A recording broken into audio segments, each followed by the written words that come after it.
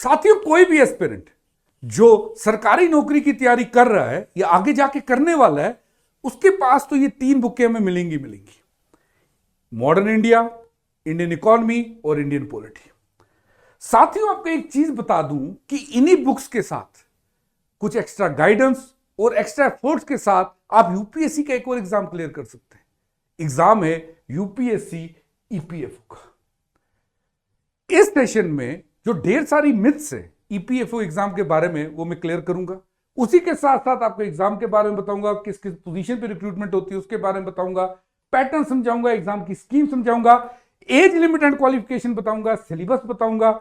उसी के साथ साथ सैलरीज एंड पर्क्स इस पोस्ट की कितनी है वो बताऊंगा। सबसे इंपॉर्टेंट चीज तो यही है। और उसके बाद 2023 में जब लास्ट टाइम ये एग्जाम हुआ था तो कट ऑफ कितना गया था, कितने कैंडिडेट्स एग्जाम में बैठे थे, वो भी आपके साथ शेयर करूंगा। तो पहले आपको बता दूं, EPFO employees provident fund organisation. Okay, employees provident fund organisation ये ministry of labour and employment के अंतर्गत आती है। ओके, उसी के साथ आपको बता दूं, यूपीएससी इसकी 2 पोस्ट के लिए एग्जाम करता है। भले ही एग्जाम रेगुलरली नहीं होता है, 2023 में लास्ट बार एग्जाम लिया गया था। अब चांसेस है 2025 में जल्दी इसकी नोटिफिकेशन आ सकती है। तो ये यूपीएससी एग्जाम कंडक्ट करता है 2 पोस्ट के लिए। पहला ईओएओ के लिए, दूसरा एपीएफसी के लिए। ईओएओ यानी इन्फोर्समेंट ऑफिसर और अकाउंट्स ऑफिसर, उसके बाद एपीएफसी मतलब असिस्टेंट प्रोविडेंट फंड कमिश्नर। ये थोड़ी मैनेजरियल लेवल की पोस्ट है। चलिए, उससे पहले मैं आपको ऑर्गेनाइजेशन स्ट्रक्चर बता देता हूं ईपीएफओ का, कि जो ये ईपीएफओ के लिए यूपीएससी रिक्रूटमेंट कर रहा है वो पोजीशन कहां पर है।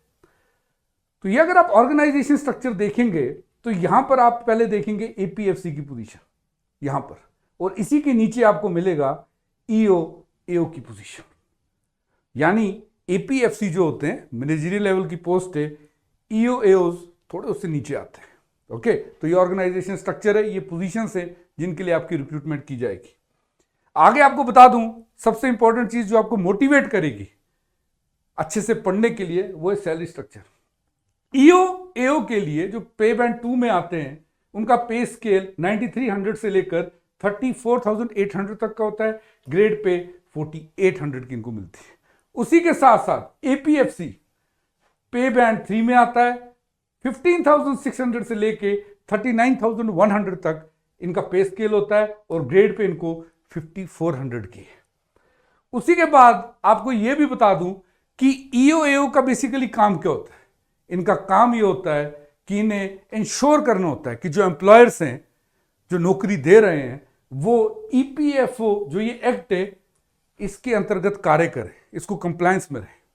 ये लोग इंस्पेक्शंस करते हैं, इवन एम्प्लॉयज की जो रिड्रेस कंप्लेंट्स हैं उनको रिड्रेसल भी करते हैं ये लोग, और इवन रिपोर्ट भी करते हैं हायर अथॉरिटीज को अगर इश्यूज ज्यादा ग्रेव है।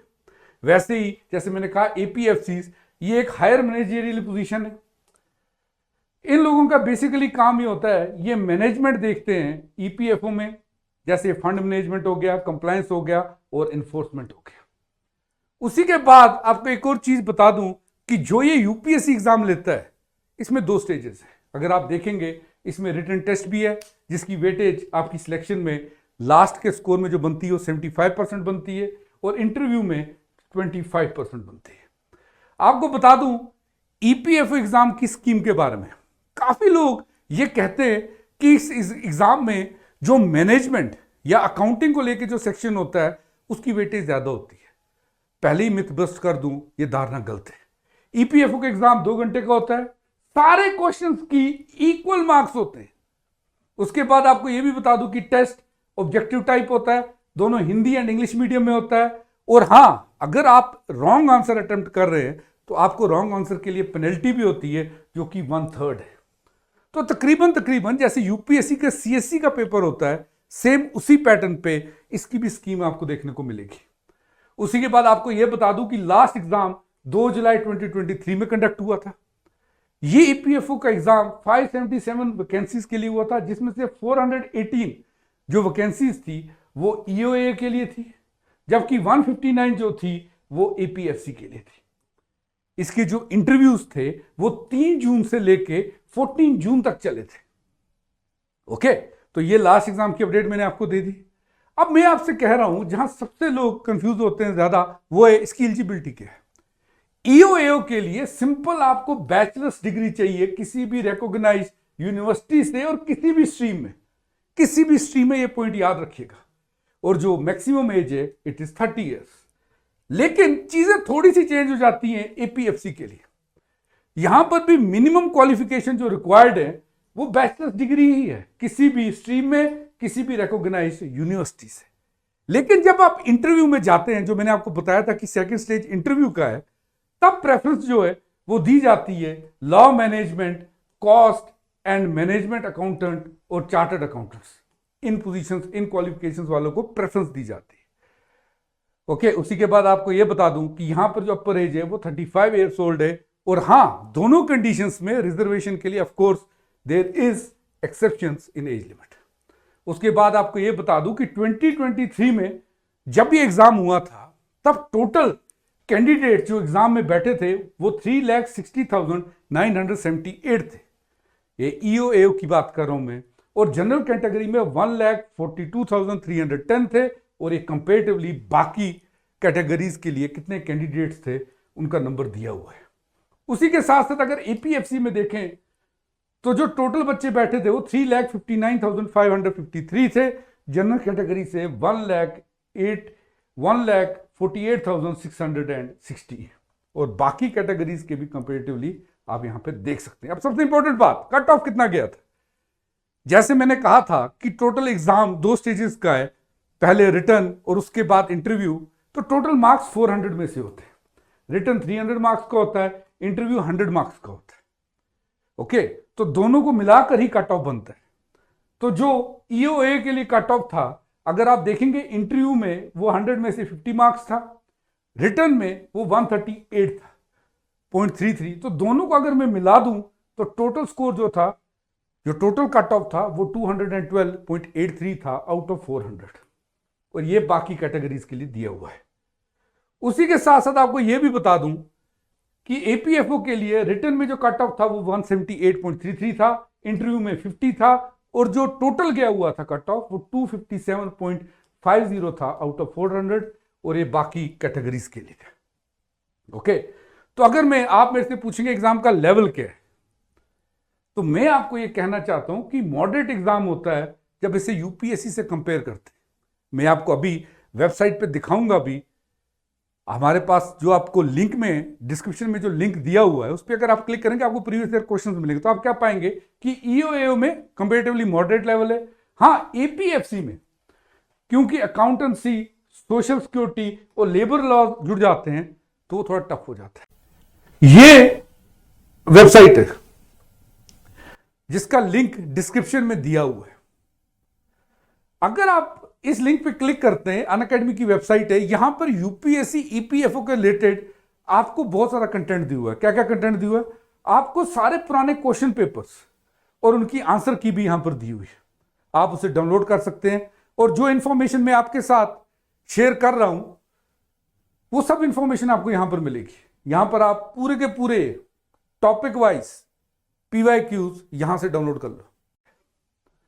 उसी के साथ आपको यह बता दूं कि सिलेबस इसका क्या है।